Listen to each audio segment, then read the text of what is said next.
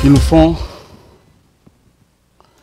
Ils nous font la confiance chaque samedi de rester avec nous et de partager de très bons moments, surtout pour décrypter l'actualité. Mesdames, Messieurs, vous êtes sur AfroWeb TV, nécessairement sur notre chaîne YouTube et sur le www.afrowebtv.com. Si vous n'êtes pas encore abonné, merci de faire partie de la grande famille des téléspectateurs et des amis internautes pour ce grand débat qui nous unit aujourd'hui pour parler donc de l'Afrique, l'Afrique noire, le continent, l'avenir donc du monde. Ça s'aperçoit au jour le jour et nous sommes très fiers de vous savoir nombreux pour cette émission Avis de la diaspora auquel vous pouvez participer sur le +1 319 462 89 79, numéro affiché à votre petit écran. Aujourd'hui, pour ce numéro de votre émission, nous avons le privilège de recevoir trois invités qui ont prédit également, soit vous le direz vous-même, un coup d'État ou si c'est un coup d'État ou pas, vous le direz vous aussi. Et si vous suivez bien entendu nos émissions sur AfroWeb TV, vous aurez su qu'ils en ont déjà, vous en avez déjà parlé dans d'autres émissions concernant donc l'Afrique et sûrement le Gabon. Je ne sais pas ce qu'ils diront aujourd'hui, s'il y aura encore un autre État qui sera attaqué ou le prochain État où on aura encore deux changements. Si c'est un changement, c'est à vous de le dire, puisque j'ai une position neutre à travers cette émission. Chers amis téléspectateurs, amis internautes, Moïse Agbéyigan, votre fils, votre homme serviteur à votre service pour vous recevoir aujourd'hui et recevoir vos invités de marque pour vous. Nous avons le privilège de recevoir Monsieur Forson Koué qui nous donne de son temps, vous êtes analyste politique. Monsieur Forson, bonjour. Bonjour Moïse et bonjour tous les panélistes. Merci à vous, Monsieur Forson Koué. À Part du Plessis également en Belgique, nous avons le privilège et la grâce de recevoir l'un des responsables, je dirais une figure emblématique, si vous permettez de le dire ainsi, un consultant politique, un intellectuel du Congo et qui est résident en Europe, professeur Pinipini, qui fait partie donc de notre maison. Professeur, bonjour. Bonjour Moïse, bonjour tous les panélistes qui sont là et surtout bonjour à notre population africaine du Gabon qui est en actualité en ce moment. Merci professeur pour votre faveur que vous nous faites pour faire partie de nos panélistes de ce jour.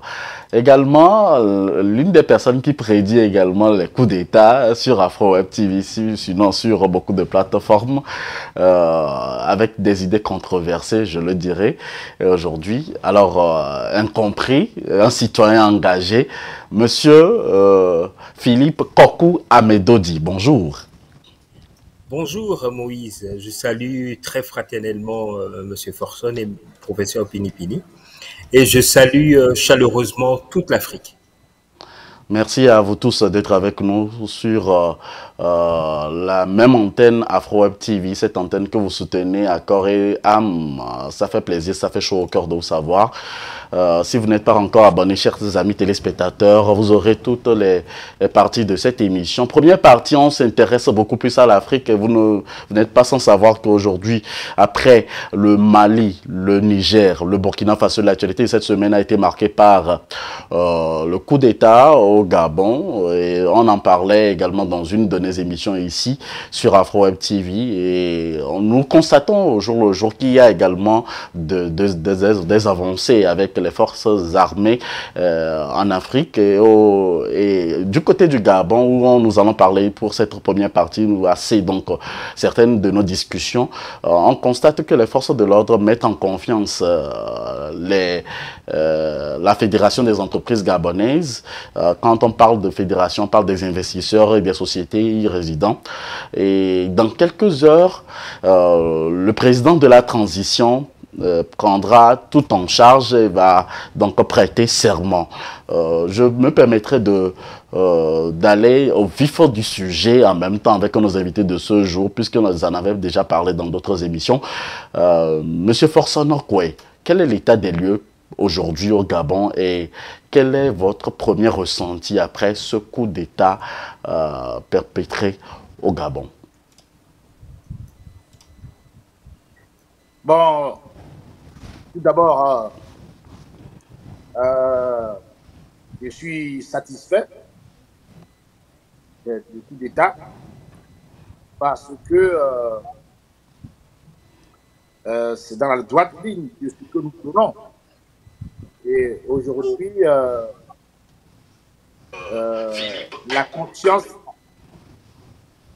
africaine, elle est grande. La jeunesse est éveillée, les militaires sont éveillés et tout le peuple africain est éveillé. Donc, les périodes de certitude sont des opportunités pour un changement radical, constructif, d'un nouveau départ vers la deuxième décolonisation de l'Afrique. Par contre, il faut que chaque Africain s'implique, où qu'il est, dans la diaspora, partout dans le monde, pour éveiller les consciences, pour motiver, pour coacher et pour travailler en réseau pour que notre continent devienne un continent viable, paisible et déterminé à progresser et à aider la jeunesse à s'épanouir. Donc, aujourd'hui, les militaires continuent de faire le travail du bas, c'est-à-dire sensibiliser la population. Et vous allez vous rendre compte que les gens, la population, personne n'a cassé. Ils n'ont pas cassé parce que aujourd'hui, la jeunesse ne peut plus être manipulée comme on le faisait avant. Les militaires sont infiltrés dans les quartiers et ont prôné en sorte cette paix collective. Donc, je vous donnerai des détails après de l'ambiguïté que les gens commencent à semer dans les pensées par rapport à qui était à la base du État, qui est derrière. Je vous donnerai les points clés et donnerai un peu sur au niveau du débat des choses qui vont prochainement frapper notre continent. Voilà. On ne veut plus être frappé, monsieur Forson Koé. Alors, je me permettrai de poser la première question au professeur Pinipini. L'autre fois, vous parlez de révolution. Je voudrais vous poser la question de savoir, est-ce une révolution ou un coup d'État en ce moment au Gabon? Bon, je voudrais d'abord commencer par féliciter le professeur Ondo Ossa, qui a abattu un travail remarquable en si peu de temps. Il a drainé des foules et il a vraiment montré que c'était un leader de son adversaire principal, l'ancien président Ali Bongo, qui a vraiment redouté cette avalanche qui arrivait devant lui et qui a dû couper, enfin, vous savez tout ce qu'il a fait là, jusqu'à ce que finalement que les militaires prennent le pouvoir pour siffler un peu la fin de la récréation. Mais je crois que là, c'est vraiment le résultat du travail du professeur Ondo Ossa. Alors, est-ce que c'est une révolution panafricaine ou bien c'est un coup d'État?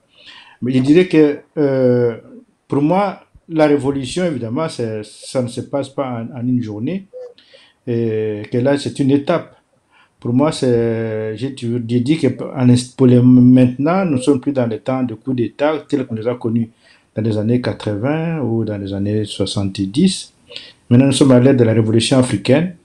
Donc, c'est un vent nouveau qui est arrivé, et ce vent nouveau atteint maintenant les Gabons, et le Gabon ne pourra pas y échapper. Donc, quel que soit ce qui se met en place aujourd'hui, c'est la révolution africaine qui est en marche, qui a commencé, qui prend racine maintenant au Gabon et qui devra finir par s'imposer. Donc, pour moi, ce qui se passe là, beaucoup de signes, je sais qu'il y a encore beaucoup d'accros, c'est vrai, mais les signes montrent que la révolution est en marche. La population, en tout cas, a montré que c'est son affaire et qu'elle va prendre cela en main. Merci. Alors, Monsieur Forson, Monsieur Kokwa Medodi, dites-moi votre point de vue. Vous l'avez prédit sur cette même antenne qu'il y aura un coup d'État dans un État prochain. Quelle est votre première impression sur ce flux, permettez-moi d'utiliser cette expression, qui influence aujourd'hui les coups d'État, ou les causes endogènes et les causes exogènes, donc, qui vous ont permis donc de dire qu'il y aura un coup d'État, ou qu'il y aurait un coup d'État au Gabon? Merci Moïse. Vous avez bien posé la question, est-ce un coup d'État, une révolution populaire? Le professeur a répondu, moi je pense, hein, j'avais prédit, j'avais dit il y a 2 semaines que Ali Bongo ne s'en tirerait pas aussi facilement s'il organisait des élections truquées comme il en a l'habitude de faire. Et voilà ce qui s'est passé. Mais, contrairement à mes co-débatteurs, moi je serais un peu plus nuancé. C'est plutôt un sentiment, vous me demandez mon sentiment, d'inquiétude, un sentiment d'inquiétude qui m'anime. Vous savez, prenez juste 2 éléments. Les éléments de langage d'abord. Allez faire un tour sur les médias proches ou les médias occidentaux. Contrairement au Niger, ils ne parlent pas de tentative de coup d'État, hein, ils parlent de coup d'État. Ils ne s'intriguent pas de l'état de santé d'Ali Bongo, qui est, c'est vrai, très handicapé, souffrant, ok, contrairement à Bazoum. Donc, ça donne quelques indications. L'indication que ça donne nous permet de voir ou de pressentir ceux qui sont derrière ce coup d'État-là. Je vais choquer et j'en terminerai par là. Le général qui s'apprête à être intronisé lundi, à moins d'1 semaine du renversement ou bien de son coup d'État. Je dis de son coup d'État. Vous savez, j'avais dit cela et j'ai été peut-être incompris il y a quelques mois que si tout le monde possédant des armes, ok, pourrait se donner le privilège ou s'octroyer le privilège de renverser un ordre établi, ce n'est pas ce que nous attendons non plus par révolution populaire. Je pèse mes mots. Une révolution populaire, elle est soutenue par le peuple. Là, on me dira, les gens sont sortis pour applaudir massivement l'armée. On a vu les images, population en liesse. Mais méfions-nous des faux semblants parce que il s'agit du neveu d'Ali Bongo. Ce neveu est réputé vraiment pour les exactions, les atrocités commises pour protéger son oncle. Donc, moi je dis, j'attends de voir.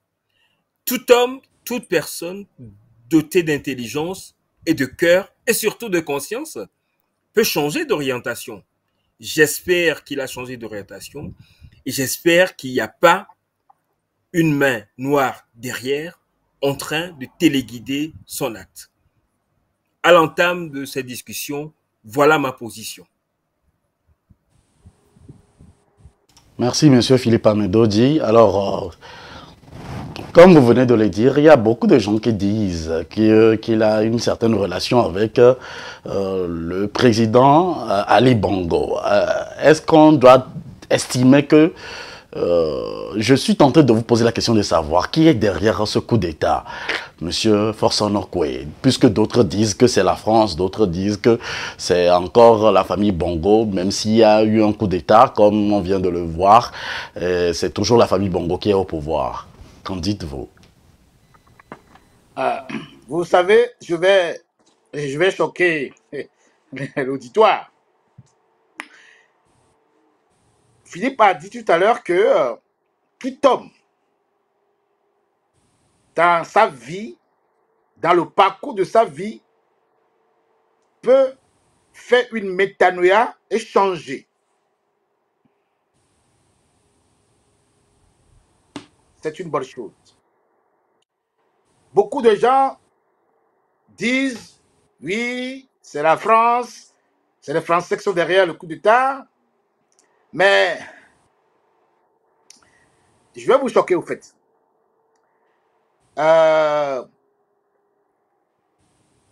Vous allez observer beaucoup de choses qui vont se produire au Gabon. On tend vers une géopolitique, vers un gouvernement que je dirais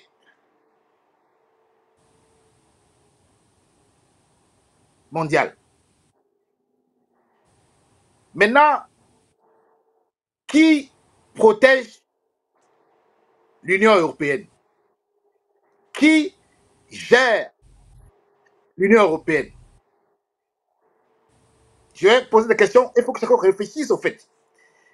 Donc, je fais allusion à l'OTAN.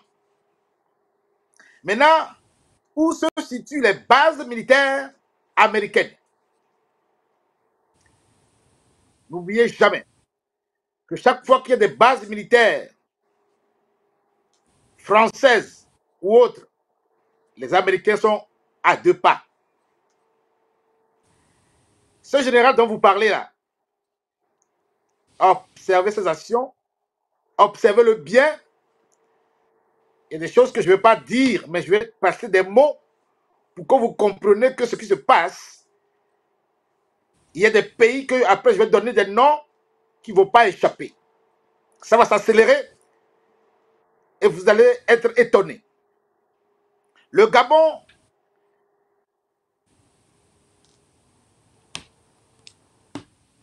est le commencement du bouleversement de l'Afrique centrale. L'Afrique centrale. Mais certains ont cru qu'en appartenant à certains réseaux, ils peuvent continuer à faire la duplicité. Ces gens sont dans les premiers visés de ce qui va se passer. Les gens parlent de la Russie, mais vous savez que la Chine travaille beaucoup plus en sourdine que la Russie. Au Gabon, il y a beaucoup d'intérêts multiséculaires qui se jouent là-bas. Et le protecteur, je vais passer des codes au fait. Le protecteur a décidé de prendre la possession lui-même des choses. Donc, le coup d'État qui s'est produit au Gabon, vous comprendrez après que c'est le protecteur qui commence lui-même à se positionner là où il faut. Je m'arrête là pour le moment. Je ne sais pas de qui veut parler véritablement, monsieur Forson, que si c'est de la France ou c'est des autres pays, je ne sais pas, puisque je reste un peu sur ma soif aujourd'hui. Alors, êtes-vous de même avis que monsieur Forson Koué, professeur Pinipini? Par rapport à votre question de savoir qui est derrière, c'est vrai que beaucoup de l'opinion africaine est divisée à ce propos. Beaucoup disent que là, c'est la France qui est derrière ce coup d'État. D'ailleurs, je crois que c'est une majorité qui se dégage ainsi.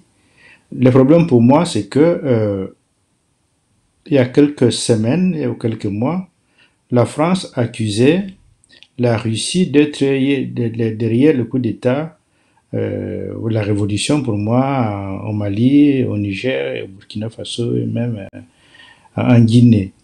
Donc pour elle, c'était la Russie. Alors aujourd'hui, c'est la France qu'on accuse. Cela veut dire qu'en réalité, mais aussi, les Africains ne réfléchissent pas. Ils sont toujours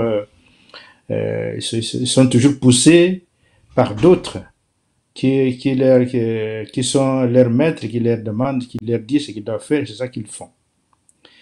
En tout cas, pour les Gabon, ce qui est sûr, est certain, c'est que c'est le professeur Ondo Ossa qui est allé à Paris, et il a dit lui-même, rencontrer les autorités de l'Élysée, à l'Élysée, c'est-à-dire la présidence française, ainsi qu'au Quai d'Orsay. Lui-même l'a dit, donc il a rencontré aussi les agents du ministère des Affaires étrangères. Je ne sais pas s'il a vu le ministre lui-même, ou la ministre elle-même. Donc, alors, qu'est-ce qu'il leur a demandé? Il leur a demandé d'intervenir et ils lui ont promis qu'ils interviendraient, aussi bien l'Élysée que le Quai d'Orsay. Donc, ça, nous le savons. Par contre, par rapport au général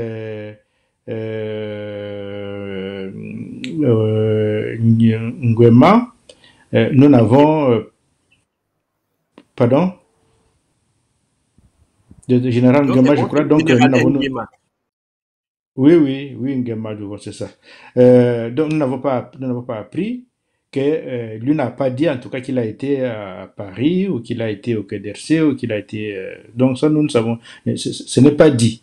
Ce sont des gens qui supposent. Alors, on dit qu'il y a eu, lui, le professeur Ondo Ossa dit aussi que c'est une révolution de palais. On peut le lui accorder, mais le problème, c'est que c'est quand même... ça paraît un peu curieux, hein, que ce soit ces généraux-là qui prennent la place de son cousin, soi-disant, alors que on sait qu'il n'était pas en odeur de sainteté en réalité avec ce cousin quand il arrivait. Il a dû s'exiler presque au Maroc, et je crois en d'autres pays aussi. C'est il n'y a pas longtemps, il y a quelques années, qu'il est revenu au Gabon. Donc il n'était pas nécessairement en odeur de sainteté. Mais donc je ne voudrais pas entrer dans sa tête, pour savoir, dans son cerveau, pour savoir ce qui s'est vraiment réellement passé. Mais il y a bien sûr il y a cela, mais je sais que pour moi, ce qui pose problème par rapport à lui, c'est la précipitation des événements. On se serait attendu quand même, parce qu'il a dit que la raison pour laquelle on fait le coup d'État, ou le coup de force a été fait, c'est que les élections se sont mal passées et que les résultats n'étaient pas conformes. Donc il a dit ça. Alors, on se serait attendu quand même à ce que ce problème-là puisse être... Et lui voudrait restaurer les institutions.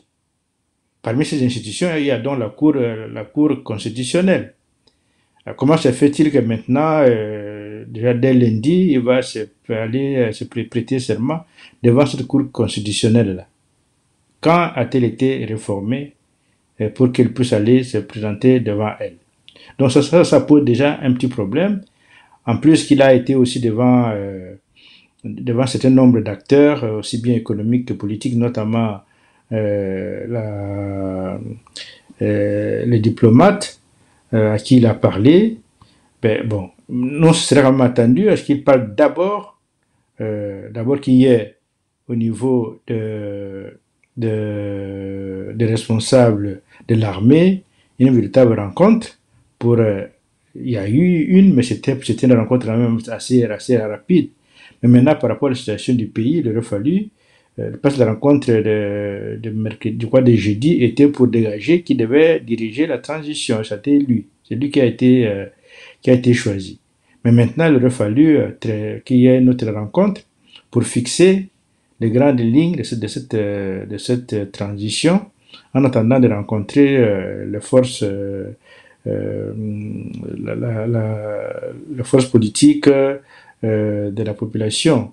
Donc tout cela, ça n'a pas été fait, et il y a un peu comme une précipitation, mais je dis, bon, il a peut-être son projet, mais ça pose quand même un petit souci par rapport à ça. Mais je dis, de toute façon, malgré cela, lui, il n'a jamais dit qu'il a été auprès des autorités françaises, comme l'a dit Ondo Ossa. Des deux, celui qui est sous la coupe de l'autorité française et qui l'a affirmé, c'est le professeur Ondo Ossa. Donc le professeur Ondo Ossa, on peut même le soupçonner, lui, dans sa façon de faire. Même d'ailleurs, maintenant, il s'est précipité lui aussi pour aller parler à la presse française.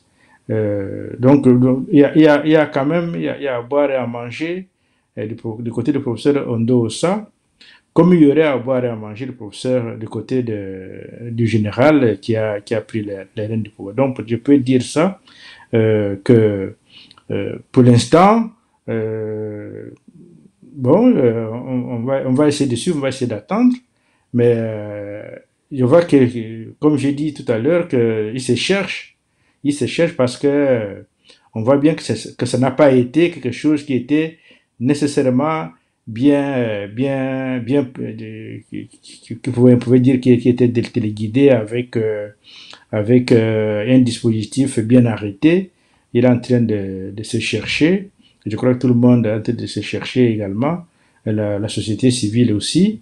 Tout le monde est peut être dans l'expectative. Mais ce qui est bien, tout simplement, ce qui nous réjouit, c'est qu'il n'y a pas eu, comme a dit mon ami De bain de sang. il n'y a pas eu de casse. Voilà, il n'y a pas eu de casse, il n'y a pas eu de sang. Et là au moins pour ça nous réjouit parce qu'on n'aime pas à chaque fois qu'il y ait des casses, qu'il y ait des morts, qu'il y ait tout ce qui nous désole. Cette fois ici, voilà, donc ça, il n'y en a pas eu. Et c'est pour cela que pour ça, nous les remercions pour ça. Pour le fait qu'il n'y a pas eu de casse. Oui. Merci, professeur. Alors, je vais aller sur un autre point rapidement. Donc, c'est vrai que je vais faire une petite diversion. Ne pensez-vous pas que tous les autres qui sont dans le même cas que le président déchu au Gabon, par exemple, pourront changer leur garde ou leur garde présidentielle ou tous ceux qui sont autour d'eux en même temps pour pouvoir... Parce que nous sommes en train donc d'écouter en termes d'informations qu'il y a certains déjà qui renvoient aux retraites, d'autres qui redoublent leur sécurité autour d'eux, au Cameroun et dans d'autres pays. Monsieur Amedoji, votre réaction? Oui, il y a une constante qu'on ne peut pas négliger. Aussi bien en Guinée-Conakry, Alpha Condé, c'est le chef de la garde présidentielle, Mamadou Doumbouya, qui lui a fait le coup. Au Niger, Tiani, il est également chef de la garde présidentielle. Au Gabon, c'est également la même personne. Donc, je ne suis pas surpris et je rejoins en cela mes prédécesseurs de dire que je crois un vent de panique est en train de souffler sur les dictatures en Afrique. Et en cela, c'est une bonne chose. Aujourd'hui, beaucoup de dictateurs ne pourraient malheureusement plus dormir avec leurs deux oreilles. C'est déjà une sanction populaire et on peut l'appeler même le début d'une révolution. Mais j'aimerais rappeler deux petites choses. Professeur Pinipini, si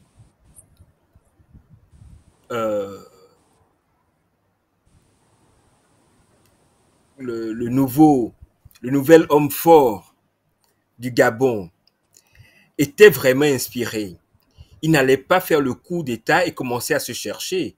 J'aimerais bien que les Africains se montrent quand même, qu'on commence à se montrer raisonnable. La fonction de chef d'État ne s'improvise pas. C'est une réflexion. Il faut penser aux problèmes du pays. C'est pas lorsqu'on arrive, on est parachuté à la tête de l'État qu'on commence à rencontrer les capitaines d'industrie pour leur demander qu'est-ce que je dois faire. Vous imaginez? Je dis, c'est vrai, on ne naît pas chef d'État, mais c'est une fonction qui se nourrit, c'est-à-dire qui se nourrit des expériences. On n'est pas parachuté. C'est de l'improvisation, je suis désolé. Maintenant, vous avez parlé également des contacts que Ondo Osa a révélés. Moi aussi, j'ai suivi son interview sur une chaîne française qui disait qu'il a prévenu d'une tentative ou bien d'un risque de coup d'État. Il aurait prévenu, enfin non, il dit avoir prévenu le cabinet des affaires étrangères françaises. Pourquoi est-ce que nous, les Africains, on doit toujours se référer ou retourner? Donc ça veut dire que Ondo Osa est en train de chercher la bénédiction de la France avant le vote ou le plébiscite de ses concitoyens? Non, sincèrement, moi, monsieur professeur Pinipini les renvoie Clotaire, Nguema et Ondosa dos à dos. Moi, je ne les renverrai pas dos à dos. Mais je dis fondamentalement, il y a un problème. Et je vais terminer par ceci. Vous savez, les amis, si le général Clotaire Nguema était de bonne foi, ok, il n'aurait pas pris le pouvoir et renvoyé Ondosa dans sa maison. Parce qu'il dit qu'il y a eu trucage des élections. Pourquoi est-ce qu'il ne demande pas le recomptage des voix? OK? Et il s'improvise président et il annonce son investiture lundi.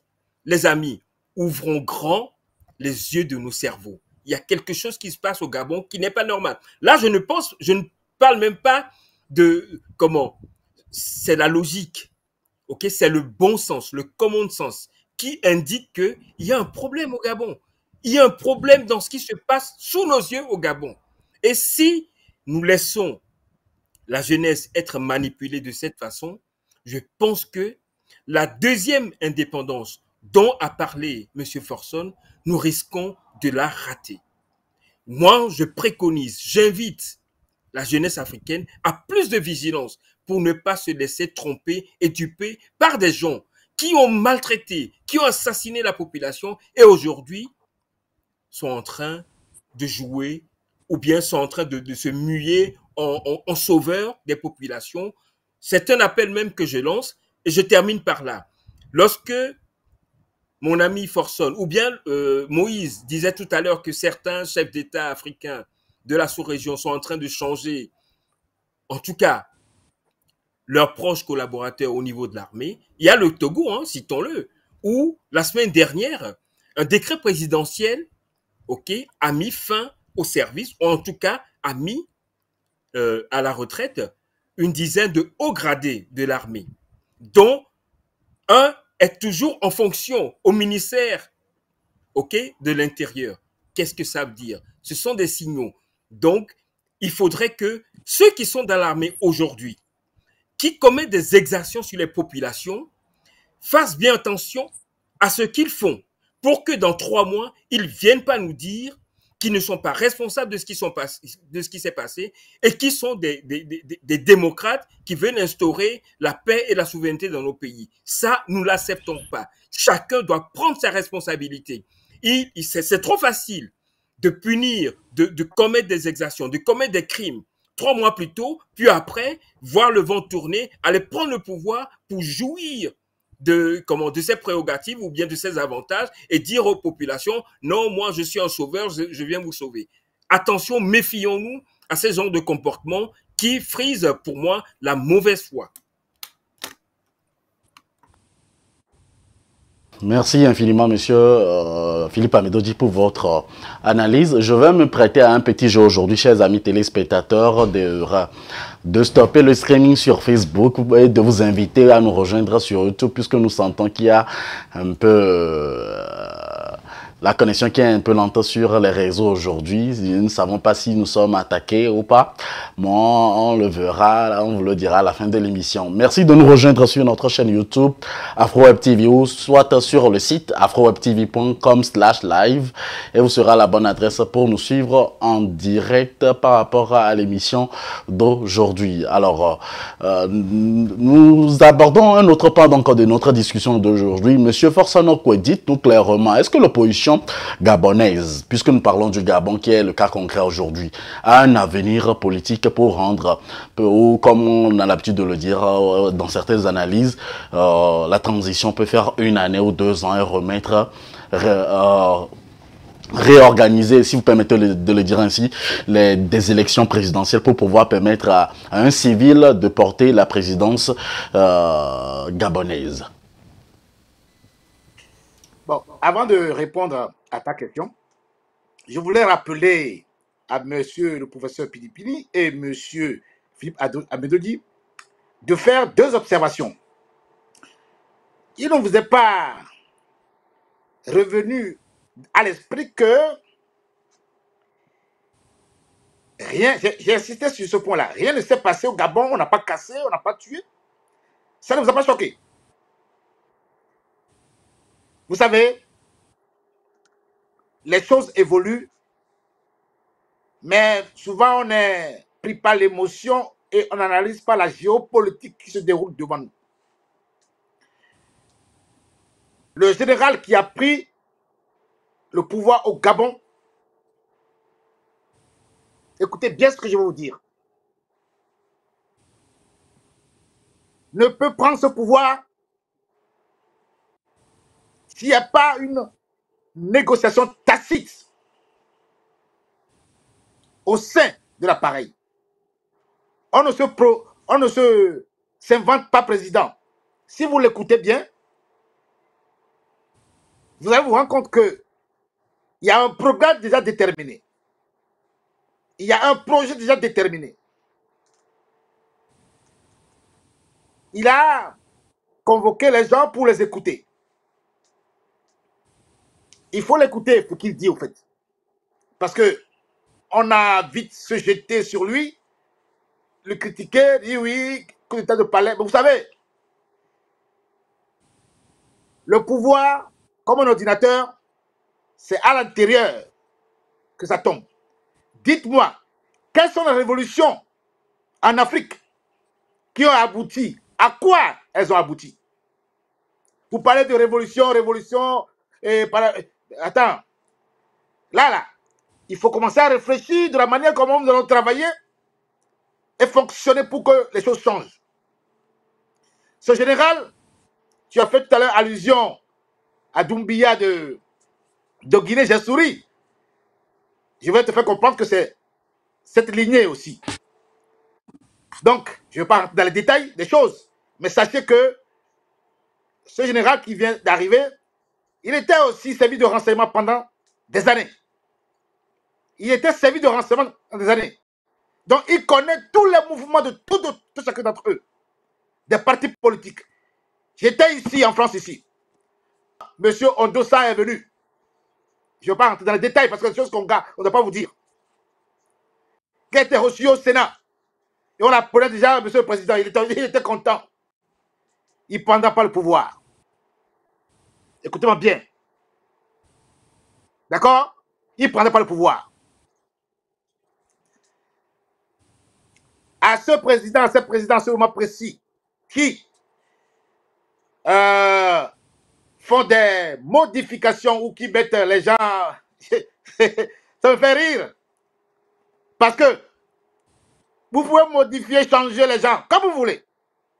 Vous allez tomber. Bientôt. Pas très longtemps. Je ne vais pas citer les noms, mais vous allez tomber. Ça veut dire que si vous ne voulez pas tomber là, donc vous ne pouvez plus aller voir vos femmes. Vous ne pouvez plus sortir. Vous ne pouvez plus avoir confiance en personne. Même quand vous allez aux toilettes, vous ne pouvez même pas avoir confiance. Chaque pas que vous ferez, vous regardez derrière vous. Parce que on a miné partout, jusqu'à vos propres maisons. Jusqu'à vos propres maisons. Vous savez, l'enfant tue le père pour prendre le pouvoir. Le cousin tue le frère pour prendre le pouvoir. La femme tue son mari pour prendre le pouvoir. Messieurs les présidents, très longtemps au pouvoir, qui se disent qu'ils sont gardés par des militaires, super armés. Et je souris encore parce que ça fait pitié. Ça fait pitié que les gens voient en face d'eux des chutes brutales. Mais ils ne se rendent pas compte. Les gens ont dit, Ali Bongo a parlé l'anglais et a codifié son vocabulaire. Mais vous n'avez rien compris. Alors, expliquez-nous ce que nous n'avons pas compris en 30 secondes, monsieur Forson Koué.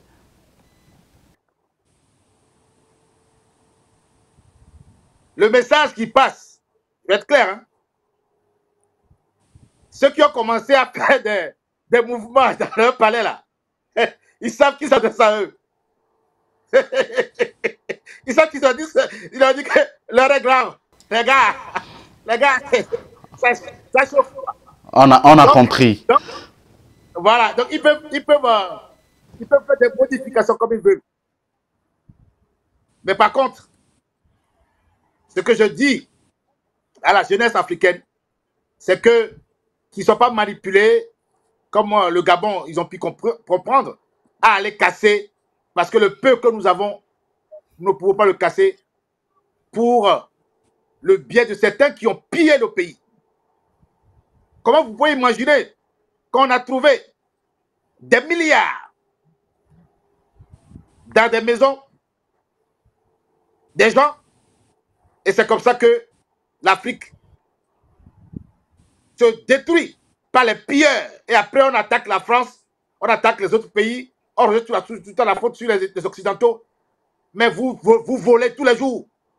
Vous volez, vous détournez les aides au développement, vous détournez les aides des ONG, vous détournez tout. Vous faites des prêts. Ils sont tous endettés. Mais quand ils font des dettes, ils le mettent sur le compte ailleurs. Et comme par hasard, ces comptes après, ça me fait pitié que j'entends comment on est en train de descendre Ali Bongo ici et on est en train de sortir des choses sur lui. Parce qu'ils vont tout perdre. Tout perdre. Et l'argent là ne va même pas aller à leur État. L'argent va aller aux autres. Ceux qui pensent qu'il les contrôle. Il les protège. Personne ne protège. Vous savez, une fois, j'ai posé une question à quelqu'un. Encore 10 secondes, M. Forson Koy. Oui, et il me dit, j'ai demandé, mais pourquoi vous avez été des grandes personnalités? Qu'est-ce qui s'est passé qu'on vous a démis de votre fonction? Il disait qu'aujourd'hui, les ministres ou les gens qui prennent les postes sont nommés par copinage, par cooptation, sans une enquête de moralité, sans une enquête de faisabilité, de capacité, de compétence. Ça va changer. Et le général a commencé déjà et il va l'appliquer. Voilà, merci Monsieur Forson. J'ai l'impression qu'on a encore beaucoup de temps à passer, même c'est plutôt le contraire. Alors, est-ce que vous avez confiance au général? Est-ce que, puisque beaucoup de gens disent que la situation au Burkina ne se passerait-il pas donc au Gabon? Ici Lomé aussi écrit au Cameroun suite au coup d'État au Gabon, Paul Biya renforce la défense. Il ne s'agit pas seulement de ce qu'on connaît. Il y a également le cas donc de l'Afrique centrale. Disons-nous la vérité, c'est pas seulement aujourd'hui l'Afrique de l'Ouest qui est contaminée par ces coups d'État, mais il y a le cas donc de l'Afrique centrale également. Est-ce que à quand la fin, si vous permettez de vous poser cette question, à quand la fin donc des coups d'État en Afrique, monsieur professeur Pinipili? Ben, les coups d'État prendront fin, disons, la révolution prendra fin dès lors que la situation politique de nos pays redeviendra une position normale, que ce sera les peuples africains qui vont prendre le pouvoir et non pas quelques individus qui prendront le pouvoir pour eux-mêmes. C'est à ce moment-là que il n'y aura plus de coup d'État, pour ainsi dire, parce qu'il ne faut pas penser que notre tradition, à nous, est une tradition de coup d'État, de désordre, c'est pas vrai. Notre tradition panafricaine, africaine, c'est une tradition d'un pouvoir qui se transmet d'une personne à une autre, d'une façon tout à fait pacifique, dans la liesse populaire. C'est vrai que nos ancêtres prévoyaient que pendant le temps de la vacance de pouvoir, qu'il y ait un certain désordre pour que justement celui qui va venir après puisse rétablir l'ordre et qu'il soit considéré comme tel. Mais ce désordre, c'était toujours dans les cadres tout à fait institutionnels du pouvoir ancestral. Je veux dire que aujourd'hui, l'opinion internationale aiment toujours faire voir l'Afrique comme étant les pays de désordre, les pays de coup d'État, les pays où, où la gestion de la chose publique est la moins bonne, mais je crois que ça c'est dû à un État qui n'est pas le nôtre, à une situation qui n'est pas une situation provoquée par l'Afrique, une situation qui a été imposée à l'Afrique. Donc, je veux dire que les Africains sont tout à fait disposés à vivre normalement si toutefois les étrangers, ce qu'on appelle les puissances occidentales, ne viennent pas s'ingérer dans les affaires internes de nos États. Je voudrais d'ailleurs dire ici que, par exemple, c'est vrai nous pouvons reprocher nos militaires de nous avoir tués, d'avoir tué beaucoup d'Africains et que parfois, maintenant, ils se détournent pour dire nous venons du côté du peuple. Mais un militaire qui est sous ordre, il ne peut qu'obéir parce que comment voulez-vous que tu es sous ordre, tu es général, tu es sous un ordre d'une autre personne qui est président, qui te demande de faire cela, mais tu dois obéir. Pour ne pas lui obéir, il faut justement alors le mettre à l'écart et prendre sa place. Et c'est ce qui se passe. C'est ce qui se passe au Niger parce que le général Tchani, ben, c'est lui qui était la manœuvre pour brimer la population parce que lui était le chef de la brigade présidentielle. Celui de Guinée, c'est pareil. Même les autres, c'est ceux de Mali et de Burkina, ils ont fait la même chose. Mais pour ne pas faire cela, pour arrêter justement l'hécatombe, pour revenir, il faut être du côté du peuple, pour ne pas tuer le peuple, il faut justement écarter ceux-là qui donnent des ordres contre le peuple, et c'est ce qu'ils font. Donc je crois que maintenant, si ça va s'arrêter, si au Cameroun, au Congo-Brazza, au Congo-Kinshasa, au Rwanda, ou encore au Togo, au Sénégal, en Côte d'Ivoire, et dans tous ces pays-là, en Mauritanie, etc., au Tchad, au Soudan, dans tous ces pays qu'il y a des régimes qui vont se mettre du côté du peuple et non pas des régimes qui sont contre le peuple. Donc le problème, il est là. Ce qui se passe au Sénégal, comment voulez-vous que ce qui se passe au Sénégal puisse continuer, qu'il n'y ait pas de coup d'État là-bas? C'est impossible, il faut qu'il y ait un coup d'État pour mettre fin à ces désordres que le président actuel est en train de créer. Mais c'est pareil en Côte d'Ivoire. Comment voulez-vous que la Côte d'Ivoire puisse se relever si on doit continuer dans cette situation avec ce président qui se croit tout permis? Donc il est important qu'il y ait quelqu'un d'autre qui vienne souffler la fin de cette récréation, de cette maudite récréation. C'est pareil au Togo. Donc je veux dire que les coups d'État prendront fin, et nous souhaitons que ce soit le plus tôt que possible, avec une véritable révolution panafricaine qui va mettre en place des dirigeants que le peuple veut, comme ce qui se passe dans les pays au Burkina, au Burkina, au Mali, au Niger. D'ailleurs, je voudrais d'abord terminer, si vous permettez, aller juste me faire donner un petit conseil par rapport à ce qui se passe là-bas. Je crois qu'il est grand temps aujourd'hui, vu ce qui se passe dans ces trois pays-là, qu'ils puissent passer à la vitesse supérieure pour vraiment passer à un véritable panafricanisme qui est des ministères comme notamment le ministère de la Défense, le ministère des Finances, le ministère des Mines, le ministère des Affaires étrangères. Pour moi, tous ces ministères peuvent être des ministères communs et qu'il y ait une nouvelle capitale qu'ils vont construire dans la zone de trois frontières rapidement. Il ne faut pas attendre. On est en train d'attendre, on est en train de calculer, mais pendant que l'on calcule, il y a des enfants qui naissent, il y a des gens qui meurent. Donc, ça ne sert à rien d'attendre demain ou après-demain. C'est maintenant qu'il faut agir. Donc moi je leur demande de passer à la vitesse supérieure, d'aider notre peuple à s'en sortir, qu'il puisse être cette force qui va drainer toute l'Afrique. Donc les trois pays-là, le Burkina, le Mali et le Niger, ils ont cette charge-là panafricaine ancestrale de relever l'Afrique. Il faudrait qu'ils le fassent rapidement. Alors maintenant, je crois que si cela est fait, le cas du Gabon, ce sera un cas qui va se résoudre rapidement. Mais comme je crois l'avoir dit, hein, que oui, c'est vrai qu'on peut peut-être dire qu'on peut venir au pouvoir en se cherchant, mais dans la situation dans laquelle était le Gabon, s'ils n'avaient pas fait ce coup d'État ici, où en serions-nous aujourd'hui?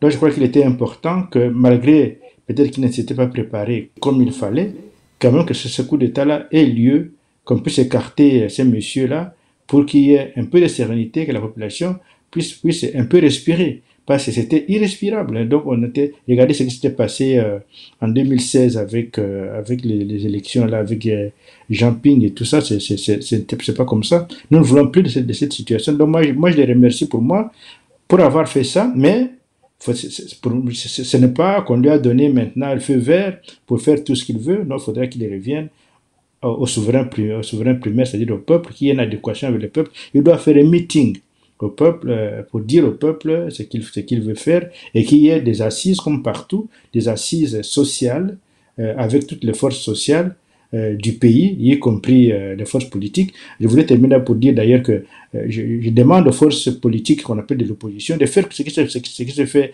au Mali. Toutes les forces politiques se sont mises ensemble. Il n'y a plus d'opposition comme cela au Mali. Et regardez ce qui se passe dans ce pays. Donc, les Gabon peut aussi faire pareil. Hein. Qu'on laisse un peu nos égos de côté et voir notre peuple. Merci, monsieur Pini, professeur Pini. C'est sur votre mot de fin pour cette première partie. Alors, je vais demander le mot de fin pour cette première partie à monsieur Kokou Amedodji qu'on reçoit depuis la Belgique.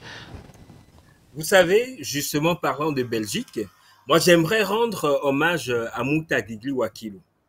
Au lendemain du coup d'État commis par Doumbouya Mamadi en Guinée, j'avais posté quelque chose où je vantais ou bien je faisais l'éloge, j'applaudissais les coups d'État, les successions de coups d'État. Il m'a appelé, il m'a dit, Philippe, je ne suis pas d'accord avec toi. Paix à son âme, hein, Mouta qui est parti il y a bientôt 2 ans. Et je commence à le comprendre. Vous savez, mes chers amis, et en cela, je ne peux pas être d'accord avec mes 2 co-débatteurs. Bientôt, nous parlerons de syndrome de Niamey, de syndrome de Libreville, comme on a parlé du syndrome de Stockholm. Comment, aujourd'hui, pourrions-nous applaudir, pourrions-nous nourrir d'affection pour ces gens-là, pour ces militaires qui ont maltraité, et je pèse mes mots, qui ont maltraité, qui ont semé la mort dans leur population. Ces gens-là qui arrivent aujourd'hui, allez demander d'après Doumbouya Mamadi ce qu'il était en Guinée-Conakry. Monsieur Pini parlait tout à l'heure du général Tiani, hein, ce qu'il a fait au Niger. Nous parlons aujourd'hui de Clotaire Nguema, ce qu'il a fait sous Ali Bongo, pour aider Ali Bongo, son oncle, à garder le pouvoir. Donc aujourd'hui, moi je dis ceci, et je rends hommage à ma maman qui me l'a toujours dit. Vous savez, lorsqu'on ne sait pas nager et qu'on tombe malheureusement dans une rivière, lorsqu'on voit passer un serpent ou un crocodile, le réflexe c'est de s'y accrocher parce qu'on peut espérer encore sauver sa vie. C'est ce qui se passe en Afrique. J'aimerais bien que vous ouvrez, que nous ouvrions. Nous sommes dans une émission où beaucoup nous entendent. Il ne faudrait pas que nous fassions preuve de naïveté. Sinon, nous allons rater encore la deuxième décolonisation ou bien la deuxième porte d'indépendance que nous cherchions. Ok? Moi, c'est un message fort que j'aimerais lancer à la jeunesse africaine. Restons vigilants. Ne prenons pas tous ces militaires qui aujourd'hui ont également envie des privilèges de la fonction présidentielle, déposent celui qu'ils ont protégé à la force des armes pendant des années pour se présenter à nous comme des sauveurs des populations. Il ne s'agit pas de révolution populaire, il s'agit de révolution de palais. Et ça, nous n'en voulons pas en Afrique. Des révolutions populaires, oui. Et tout à l'heure, M. Force a demandé, qu'est-ce que vous entendez par révolution populaire? La révolution populaire, c'est bien celle qui est portée par les populations, celle qui fait passer l'intérêt général d'abord et avant les intérêts privés des gens. Vous savez, et je vais terminer par là, combien d'Africains ou de panafricains ont été surpris de voir le général ou le président de la transition malienne décorer ou dérouler le tapis rouge aux autorités togolaises. Vous n'avez pas été choqué, ça ne vous a rien dit. Vous savez les relations que Faure Gnassingbé, ok, dont tout le monde souhaite le départ. Savez-vous les relations que Faure Gnassingbé entretient avec tous ces militaires-là putschistes? Vous le savez? Donc, je vous demande encore, ne restons pas sur la pente de l'analyse de premier plan. Allons en profondeur des choses. Le départ des dictateurs, c'est notre souhait à nous tous.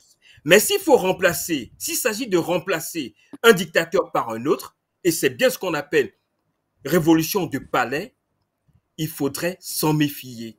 Je suis d'accord, nous pouvons applaudir le départ d'un dictateur, mais restons vigilants pour que ce départ-là ne soit pas remplacé par un autre dictateur. Et Moïse, je dis aujourd'hui, j'aimerais me tromper. Dans un mois, dans 2 mois, nous reviendrons ici et je vous assure que beaucoup pourraient ou seront obligés de regretter ce qui s'est passé mercredi dernier, le 29, au Gabon. J'aimerais me tromper, mais je vous dis, moi je n'applaudis pas cela. Je n'applaudis pas cela. Je nous invite à plus de vigilance. Il ne faudrait, c'est pas parce que nous cherchons la suite d'un dictateur que nous allons nous mettre sous le joug d'un autre dictateur. Ça, c'est pas de la révolution populaire. Une révolution populaire, c'est celle qui sauve le peuple. C'est celle qui fait en sorte que du jour au lendemain, le peuple puisse jouir de sa liberté et de sa souveraineté. Ceux qui prétendent aujourd'hui faire de la révolution, alors qu'ils ne pensent qu'à leur poche, et c'est ce qu'on voit dans certains pays, je ne les cite pas, et c'est une garde. On doit lancer cet appel à ces militaires qui prennent le pouvoir et qui veulent faire 5 ans au pouvoir de transition. Pour faire quoi? Est-ce que vous avez été formés pour cela? Ils sont des populations comme tout le monde. Pourquoi est-ce que les militaires doivent prendre le pouvoir et vouloir faire 5 ans de transition sans programme? C'est pas bon.